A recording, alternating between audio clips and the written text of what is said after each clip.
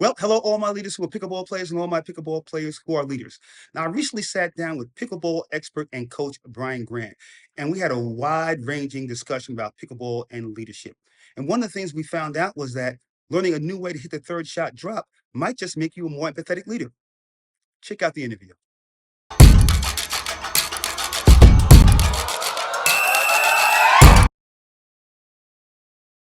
So we just got finished doing some drills in the third shot drop, and and you showed me something that was different than I've ever seen before, right?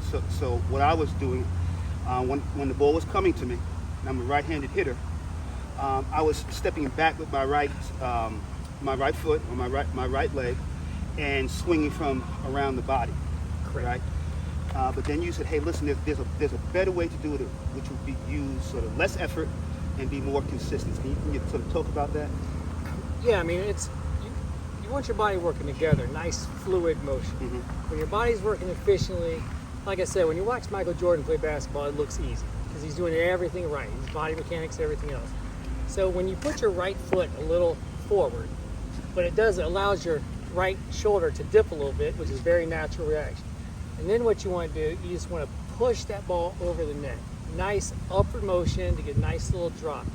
When you're over here and your paddle's coming across, it's not good mechanics because you want to hit the ball straight. Why would you follow through here? So it's all about starting with a good plant base. You lower your body, you lower your eye line, and then you just softly push that ball over the net. Okay.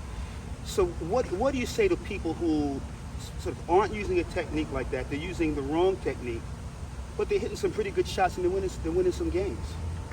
Well, and that's great if you want to just play with those people and do that. But it's all about the process. You know, like we spoke about, you can make the shot, but if the process isn't good, it's not repeatable. It's not consistent. You know, if you have a good process and you continue to work that process, the results will come. And the way we're learning to play pickleball is we're learning to play pickleball to a point to where we can play with anyone. The problem those other people will have is they will always be stuck. They'll never be consistent enough, or as the ball comes harder or different spots, they're not going to be able to repeat that motion, so therefore they're never going to be able to play up to the next level. So it's almost like an organization. You know, I always look at this from a leadership. Yes, you do.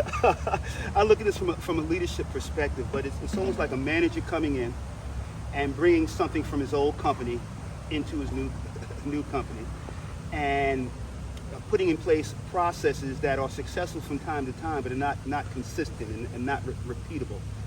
And that becomes very frustrating for employees.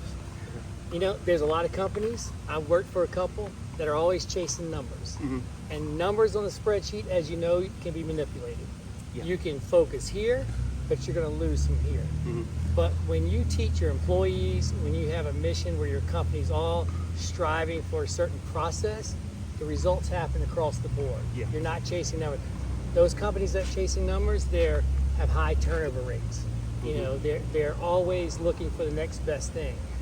And then you have companies like Apple that believe in doing things from a good foundation and allowing their employees to be innovative. You know, they're around for a long time. Their employees stay with them for a long time. You know, that's where the difference is.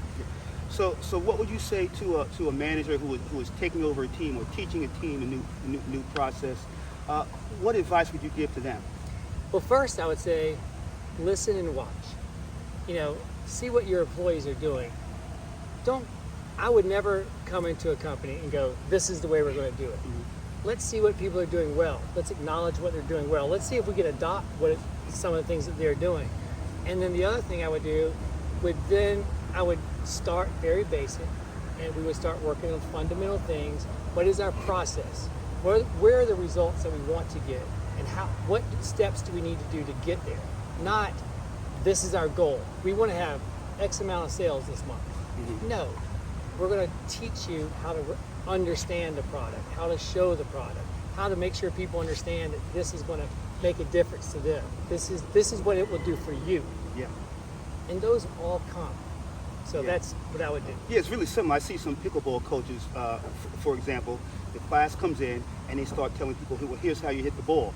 And they haven't done that first step that you just identified, which observe, sort of watch Yeah. watch what they're doing and figure out where the inconsistencies are in place, or where the poor form or the poor technique is in place, and then move from there.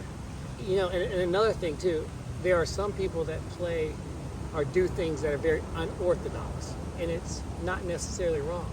In pickleball, for instance, as a coach, and I'm sure you'll find a way to relate this to business, but there are many people that have back injuries, knee injuries. I coached a gentleman, a great guy. He had a back fusion almost his whole back, so he couldn't do certain things. What a fool would I be to try to tell him, no, this is what you need to do, Yeah. if I first didn't watch him, ask questions, and learn. Now I can effectively help him. As a matter of fact, I went and put my back brace on that doesn't allow me to bend, Wow. and I played a little pickleball Wow. to see what he experienced, so I would have more empathy for him. I was going to say that's really high emotional intelligence, right? So you weren't just empathizing. You created a condition where you were really able to understand what that person was Yeah. was going through. Yeah. Yeah. And I mean, it's true. I mean, there are people have limits, Yeah. and some of them are physical limits, and you have to learn how to work around that. And sometimes those limits, they're not necessarily a hindrance. Sometimes they can figure out a way to make that even better. It's like people that go blind, their hearing's better. Yeah. Yeah. Find the strengths. There's actually there was a study done by Gallup called Strength-Based Leadership, Yeah. where they did a survey, and what they found was that by a certain age there were just certain things, certain skills you were just naturally good at, and so the concept was basically, okay, put people in a position where they're doing more of what they're naturally good at. Exactly. Because if you're naturally good at something, you're going to want to do it more and more and more.